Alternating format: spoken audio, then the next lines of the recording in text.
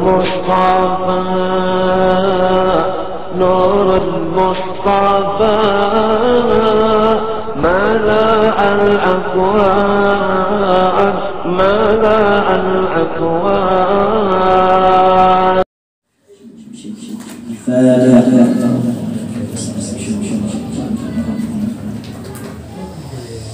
Bismillahirrahmanirrahim.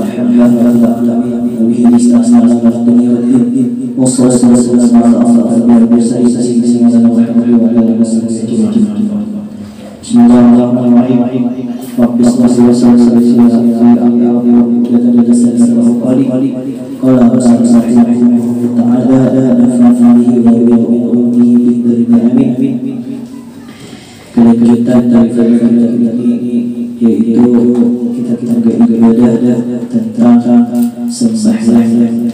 Pertama-tama yang kita hormati kita berikan kepada dimanapun beliau berada dan syarifah, terutama Habib berhadir di tempat kita ini. Mudah-mudahan beliau disehatkan bismillahirrahmanirrahim, dikabulkan hajatnya, selalu diberikan rahmat dari Allah Subhanahu wa taala yang didapatkan Nabi sallallahu alaihi wasallam dan para guru agama, para ulama guru agama yang khusus hadir di majelis kita. Mudah-mudahan beliau disehatkan Allah Subhanahu wa taala jasmani maupun rohani dijadikan dengan sirih dan juga selalu diberikan rahmat dari Allah Subhanahu wa taala diberikan Nabi sallallahu alaihi wasallam dan doa yang sangat kepada guru yang berhadir di tempat ini istimewa dan juga kepada kita semuanya. Selanjutnya adalah masalah sembahyang, yaitu sembahyang ini adalah kewajiban daripada umat muslim di mana-mana berada. Sembahyang ini adalah fardu ain, artinya diwajibkan kepada seluruh individu. Walaupun kita hidup tanpa kita mengerjakan sembahyang tidak ada artinya atau kedua-duanya. Karena sembahyang adalah kewajiban yang harus dikerjakan oleh umat manusia. Seperti yang di dalam as-salatu ila imatin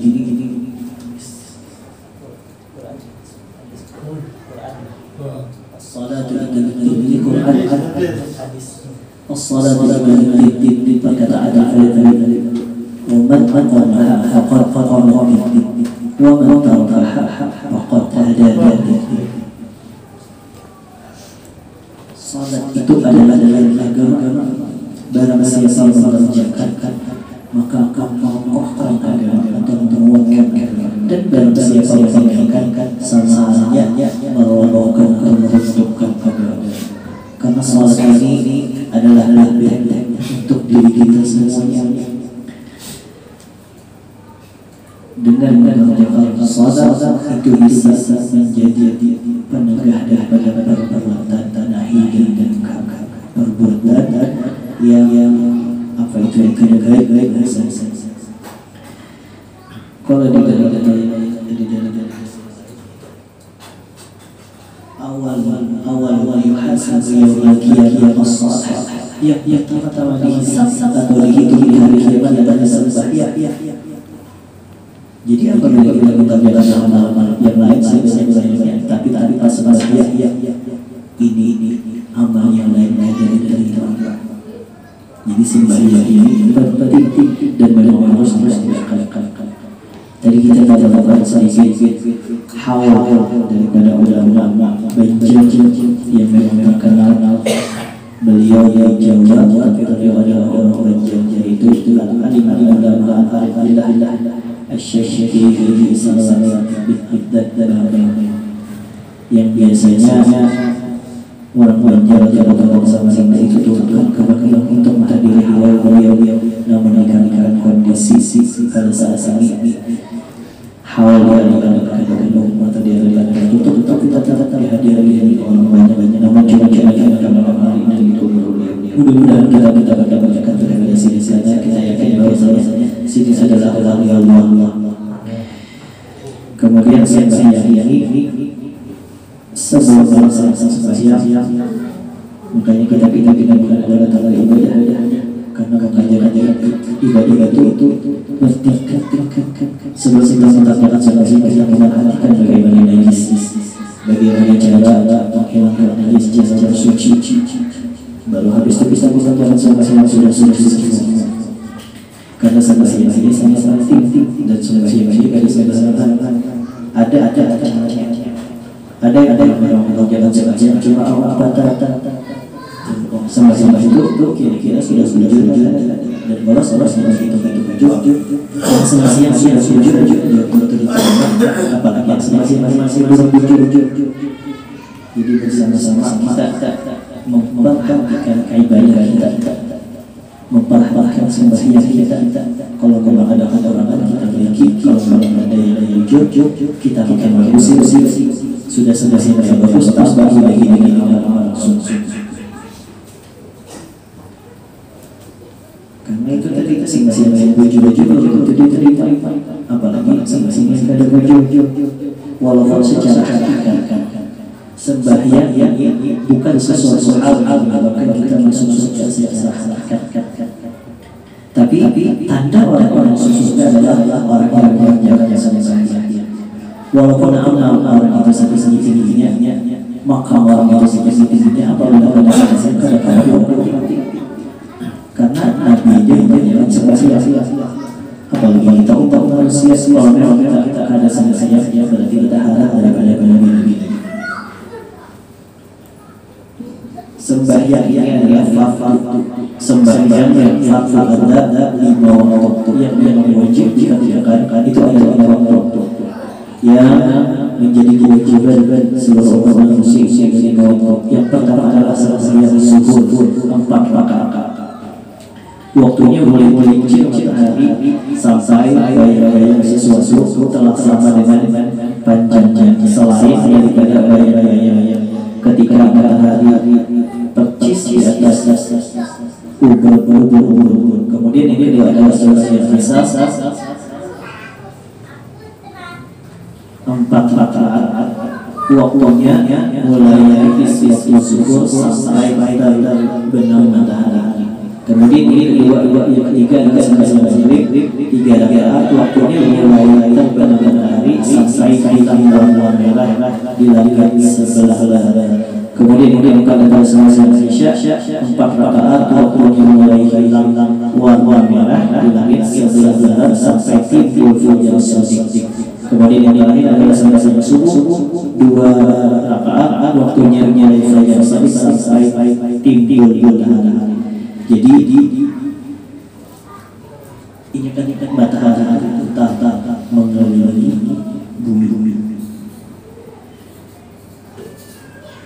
Kemudian pada saat matahari kan naik, matahari itu bergerak. Ini misalnya waktu subuh itu matahari itu masih di bawah, belum lagi. Hang matahari itu naik, itu ada timbul cahaya merah. Nah, itu waktu subuh. Jadi kan matahari karena timbul ada cahaya merah itu masuk waktu subuh. Kemudian pada saat cahaya merah hilang, maka habis waktu subuh. Jadi waktu subuh ini bukan berarti hendak masuk subuh. Ini bagian salah paham. Waktu subuh itu habisnya bukan pada saat ada waktu zuhur. Jadi apabila cahaya merah itu sudah habis subuh. Jadi ada terbenam timbul matahari itu. Kalau misalnya langit kalau kita lihat di langit itu kan ada cahaya pada saat itu masuk subuh. Cahaya hilang itu habis sudah. Jadi kalau kita sembahyang setelahnya berarti habis qada. Jadi bukan berarti waktu subuh itu panjang. Sebelum itu subuh itu panjang. Kemudian dia naik matahari tergelincir matahari. Sampai sini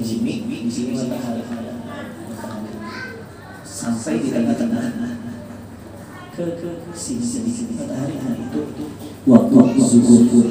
Tandanya apa? Apabila kita kasih bayang itu ukuran dari dada sama bayang itu sama.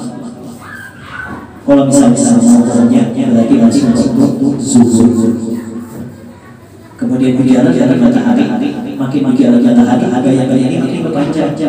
Kalau misalnya bayang yang panjang, maka masuk waktu asar.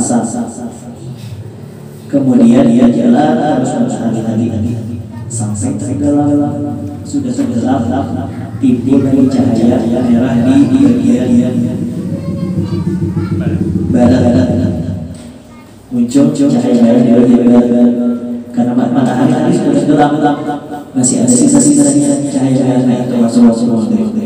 Kemudian hilang lagi cahaya tadi, maka masuk waktu isya. Tapi kalau ini kita lagi melihat itu karena sudah jam dan sudah jam dan memang masjid di daerah banyak, jadi kita minta jangan itu masuk waktu sholat. Tapi kita untuk mengetahui karena siapa tahu kita jam kita ada kita bisa melihat waktu daripada sholat tadi. Tapi bukan kita harus melakukan jam. Yakin kita yakin dengan waktu yang sudah ditentukan. Tapi kalau fiksi mungkin sekali kadang-kadang kita bisa waktu itu tidak apakah pas atau kadang-kadang itu waktu daripada saya. Karena syarat daripada sah salat itu adalah langsung waktu sholat. Apabila waktunya belum masuk, salat. Kemudian yang kedua syarat wajib daripada salat adalah yang pertama Islam, kemudian lagi akal, yang ketiga suci daripada hari nafas, yang keempat ada pendengaran dan penglihatan, yang kelima sampai dakwah atau seru kepadanya. Jadi syarat-syarat orang yang wajib jangan sampai. Yang pertama adalah namanya Islam. Apabila Islam berarti wajib jangan sampai. Kemudian yang kedua balik berakal. Orang ini sampai sudah tandanya apa? Bisa kemudian keluar. Kalau itu tandanya sudah berarti itu sudah balik. Kalau laki-laki itu perkiraan biasanya sampai 15 tahun itu tanda balik. Kalau orang sudah itu berarti dia sudah sesuatu wajib sembahyang. Kemudian yang ketiga balik lagi berakal dan artinya waras. Yang ketiga suci daripada haid dan nifas. Apabila haid dan nifas adalah sembahyang. Dan yang keempat ada pendengaran dan penglihatan, artinya ada cacat. Kalau misalnya cuma buta tapi tahu mendengar itu masih ada kewajiban juga sembahyang. Dan apabila orang tuli tapi bisa melihat masih ada kewajiban sembahyang. Tapi kalau orang buta ada tuli maka ada kewajiban sembahyang. Kemudian yang kelima sampai dakwah atau seruan kepadanya, artinya dakwah dari Nabi atau orang itu mengetahui akan kewajiban sembahyang sampai kewajiban itu ke dirinya tadi. Kalau misalnya orang itu dia di tengah-tengah, kemudian dia di tengah-tengah tadi ada orang yang dikenalnya. Ini salah-salah di hutan, TV ada, HP ada, radio ada, semua ada. Jadi dia tidak tahu apa itu di luar. Bahkan dia tidak tahu. Kadang-kadang ada bahwa sembahyang itu wajib. Umat Islam itu disuruh sembahyang. Maka orang itu ada wajib. Tapi kalau misalnya misalnya ada seseorang yang tahu kan melajarinya, maka menjadi kewajiban juga. Kira-kira itu. Kemudian penjelasan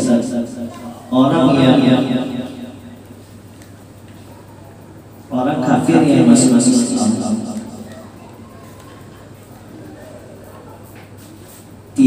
wajib mengqadha sembahyang selama masa kafirnya. Jadi orang-orang kafirnya pada saat kafir kemudian dia kepada Islam, maka orang tadi ada wajib untuk mengqadha sembahyangnya. Dan juga tapi kebalikannya orang Islam kemudian dia menjadi kafir. Satu kafir kemudian masuk Islam. Satu harinya wajib untuk mengqadha sembahyangnya. Kalau memang Islam kemudian kafir kemudian Islam selama kafir tadi wajib melaksanakan sembahyang. Kemudian orang-orang taat yang kembali masuk Islam wajib mengqadha sembahyang selama masa. Kemudian yang ketiga adalah orang yang mayoritas dia wajib mengqadha sembahyang selama masa tahun-tahun masa. Nah, kemudian selanjutnya syarat daripada sembahyang. Yang pertama adalah memayiznya artinya mengerti atau bisa membedakan yang baik atau yang buruk. Syarat daripada sembahyang. Jadi orang yang menjalankan sembahyang sah apabila orang itu memayyiz, mengerti antara baik dan buruk. Ini bisa membedakan yang mana yang bagus dan yang mana yang tidak. Orang itu masuk ke dalam. Kemudian yang ketiga mengetahui keadaan sembahyang fardu. Keadaan sembahyang fardu ini tahu yang mana ruku, yang mana sujud dan ini mengetahui bahwa sembahyang itu wajib. Kemudian yang kelima mengetahui masuk waktu dengan yakin atau salah mengetahui bahwasanya ini memang waktu zuhur atau ini waktu asar, ini yakin, maka sembahyang itu sah. Makanya harus tahu waktu daripada sembahyang. Kemudian yang ketiga bertaubat dengan sesuatu yang wajib. Jadi menutup aurat itu wajib. Bahkan kalau tertutup maka sembahyangnya sah. Aurat laki-laki adalah dari dasar sampai kepada paha. Kalau aurat berniat itu sampai saukan, mungkin yang kaya cuma muka sama telapak tangan. Tapi kalau sembahyang, kalau berjajar itu di luar sembahyang ada apa? Tapi pada saat sembahyang itu muka terus buka bebinian. Jadi ini bebas. Bebinian yang harus dijaga. Kemudian kalau bermasker siapa? Kalau yang hadir Mustafa ada menurut Imam Nawawi, mazhab Imam Nawawi jadi makruh hukumnya sembahyang menggunakan masker. Sah. Kalau misalnya sah itu sah. Tapi ada pertimbangan. Kemudian yang keenam dan yang perlu diperhatikan lagi di dalam masalah aurat. Apabila kita sembahyang menggunakan baju kaos atau baju kita pendek, kemudian pada saat kita sujud belakang kita lihat orang yang belakang.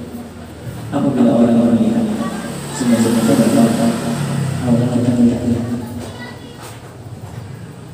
Kalau misalnya baju kita kaos atau baju pendek, kita sembahyang pada saat sujud atau pada saat ruku belakang kita terlihat belakang, maka sembahyang kita batal.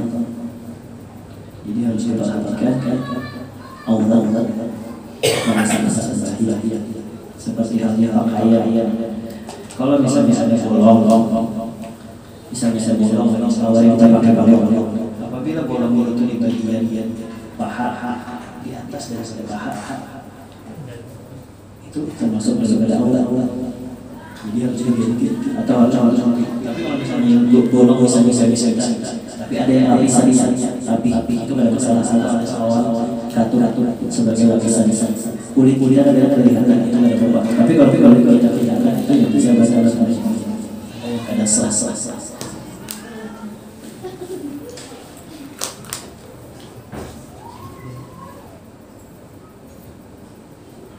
Kemudian ini itu adalah menghadap kiblat. Kiblat ini bisa diketahui pertama dengan kompas, tapi dengan kompas kalau ada bentuknya. Kemudian kita bisa melihat kemana hadap mihrab atau peibangan masjid. Jadi masjid itu biasanya dibangun peibangan itu sedikit. Kalau misalnya kotak, kemudian ada kotak terus dibuka, itu adalah hadap daripada peibangan masjid. Kita bisa mengetahui dari itu. Kemudian kalau misalnya kemudian ada lagi.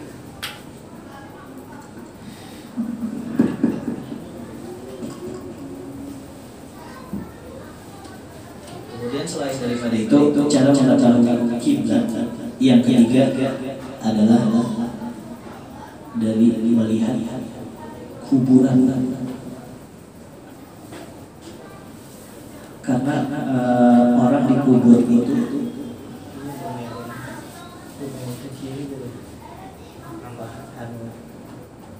dada bagian kiri di bawah, dada bagian kiri ini di bawah. Jadi orang dikubur itu hadapnya kiri.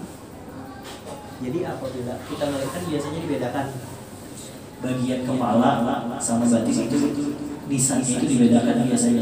Jadi apabila nisannya itu di sebelah kiri, berarti kiblat itu pasti pas.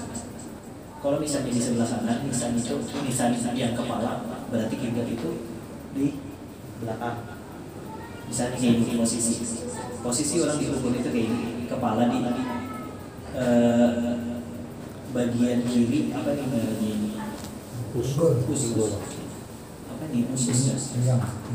Pinggul bagian kiri itu posisinya di bawah hadapnya, di dalam tadi. Jadi apabila kepala daripada nisan yang kepala itu biasanya ada tandanya nisan bagian kepala di sebelah kiri, berarti posisi kiblat itu di sini. Kalau misalnya nisan kepala di bagian kanan, berarti posisi kiblatnya di belakang sini. Kalau misalnya ada tempat mencari kiblat, kalau di kitab Syekh Sadiq ada musafir yang paling pertama kita ketahui pada saat kita perjalanan itu adalah mengetahui arah kiblat.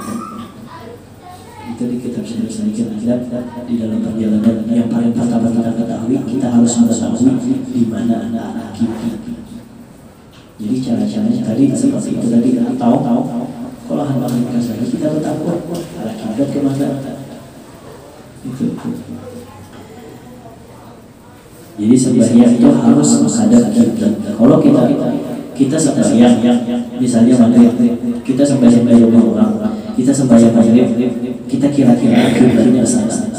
Kemudian selesai kita sembahyang, datang tuan rumah memandangkan kiblat yang bujur adalah ke sana, ya tuan rumah. Maka kita harus mengulang sembahyang kita tadi.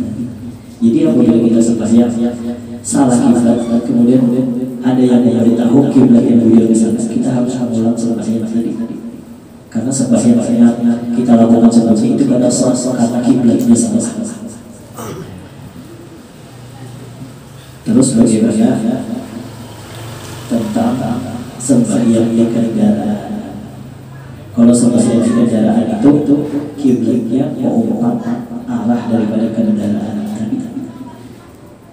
Tapi ini dikerjakan untuk dihormatil karena kita nyaman bersinggah.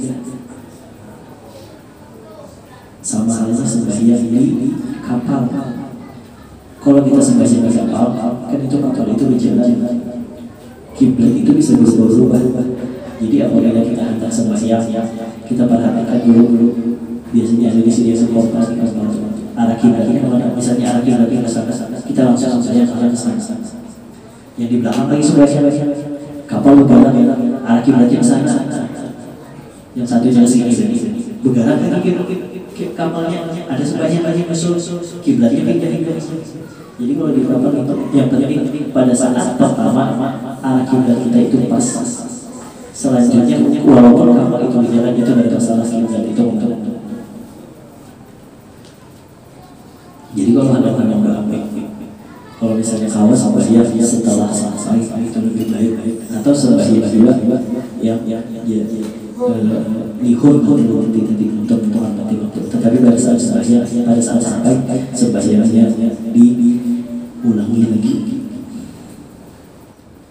Kemudian yang kedelapan adalah suci badan daripada hadas besar dan hadas kecil. Jadi hadas kecil ini bisa suci dengan berwudu dan hadas besar dengan mandi wajib. Kemudian ini bisa suci badan pakaian yang terlepas daripada najis yang tiada dimakamkan.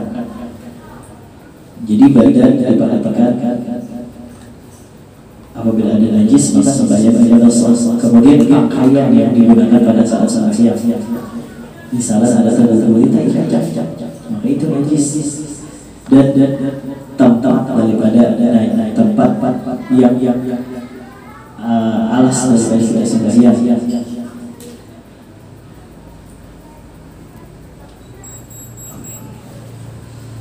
Dan bahwa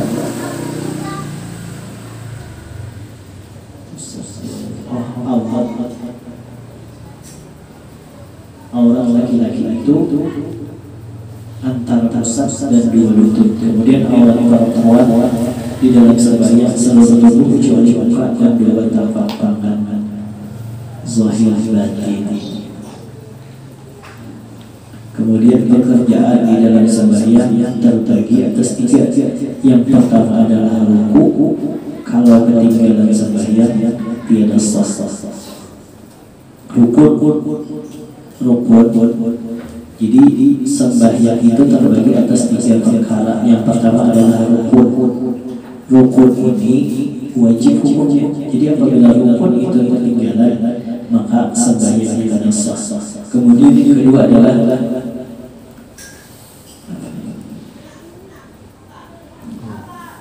sunnah abad. Kalau ketinggalan niscaya dengan sujud sahwi. Kemudian yang ketiga adalah sunnah hayy. Kalau ketinggalan maka ada fafa. Kemudian selanjutnya adalah rukun sembahyang. Insyaallah di bagian minggu depan wallahu a'lam. Sekali lagi ulun mohon maaf yang sebesar-besarnya. Mudah-mudahan kita istiqomah di dalam taat ibadah kepada Allah Subhanahu wa taala dan selalu di dalam limpahan rahmat daripada Allah Subhanahu wa taala. Mudah-mudahan semua apa yang kita lalui ini bermanfaat sebisa kita dikabulkan Allah Subhanahu wa taala. Allahu a'lam. Fatihah.